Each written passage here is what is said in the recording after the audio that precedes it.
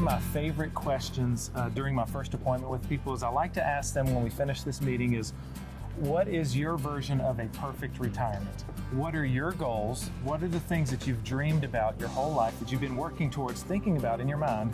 Because that's my goal as the financial advisor, is to show you a plan clearly how to make that a reality. When you pose that question to your clients, do most of them know the answer? They do. It's so great because what they do is they turn to each other and they look as like, it's like, should we tell them? Should we tell them? Right? And I hear them dream about, they tell me about this 1 month trip in Europe that they want to spend, or maybe it's the big purchase that they've been putting off a boat for him, or maybe the kitchen remodel, right? I think they know that answer, but it's just they've never let their mind go there. They've never given themselves permission to dream like that. So what is the biggest fear then that you see when it comes to spending in retirement?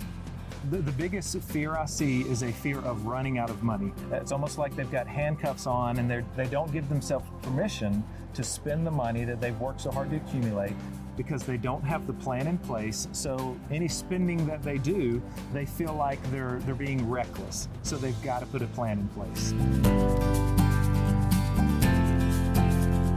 So many retirees are chasing after that magic number, or what they think is a magic number of $1 million. Can you tell me about why that theory, that $1 million theory for retirement, is so filled with flaws? Yeah, so there is a magic number. That is a true thing, but it's not the big $1 million number that everybody thinks. I say it's that income. It's that bottom line income number. That's your magic number.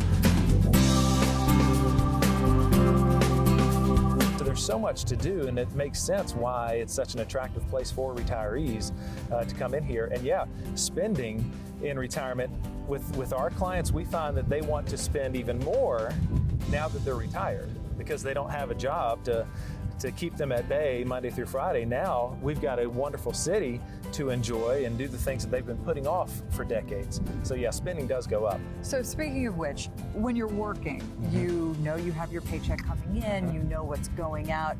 How do you spend with that same level of confidence when you're in retirement and that paycheck from work is no longer coming in? Yeah, because when we are working, as long as we're working, we're confident that there's going to be a paycheck at the end of the 2 weeks or the month, right? We know it's going to show up in our bank account. Well, you can do the exact same thing in retirement if you position the money properly. And what we do for our clients is you've got to make sure that you take a portion of the big pile that you've saved, and whatever amount that is, that's big. A lot of people try to compare themselves to other people, and I say, hey, whatever you've saved, that's big, that's all you have, right? So we've got to make smart decisions. Well, take some of that money and let's position it for that peace of mind and standard of living income that you enjoyed during your working years.